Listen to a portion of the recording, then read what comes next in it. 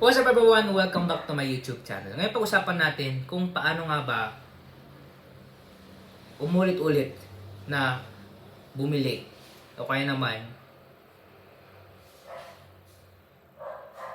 kunin yung gusto nilang bilhin sa negosyo mo.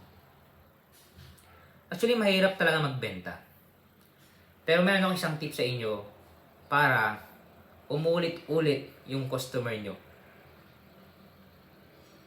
Pwedeng pabalik-balik siya para bumili sa negosyo nyo.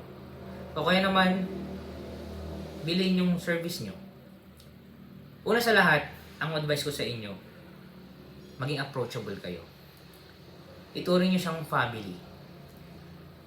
Medyo masungit, konting pagiging mabait o kaya konting wag tayong swapang. Maging mabait tayo sa mga customer natin.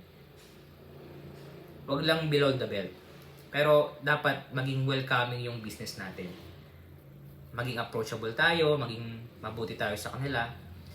Tapos, alagaan natin sila. Pag andyan sila, sige, approach. Okay? Yes, kita tayo sa kanila, pero ituring natin silang family. Kumbaga, pag andyan sila, ay hello po, good morning po, approachable tayo.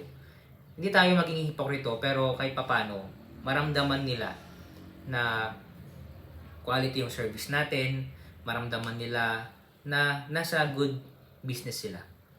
Time will come, mawawala sila, pero at least, naramdaman nila yung service mo.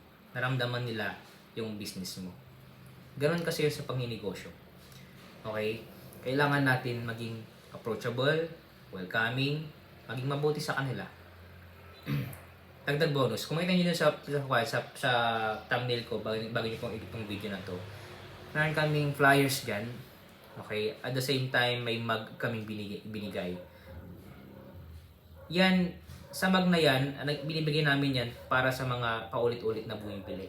Yes, meron silang motivation pag yung babalik-balik sila.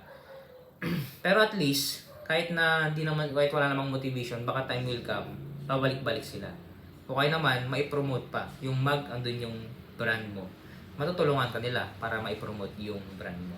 Dagdag bonus ko lang, okay, magbigay kayo ng konting gift lang sa kanila. Mas lalo pag yung kumikita naman na yung business nyo. Yun lang naman, and bago tayo magtapos sa ating vlog, meron akong binibentang libro para sa inyo. Negosyo Reality sa mga gustong magsimula ng negosyo, sa mga bago pa lang ng negosyo, sa mga gustong malagdagan yung knowledge sa pagninegosyo. Okay naman may problema sa negosyo, baka andito na yung solusyon sa problema ng negosyo nyo. Kung sipong bumili, medyo mahal ito, pero dito nyo pa malaman kung bakit mahal itong libro na to. At the same time, ma-apply nyo sa negosyo nyo. Bible principle pa rin po yung mga nasa loob niyan, kaya huwag po kayong mag-alala.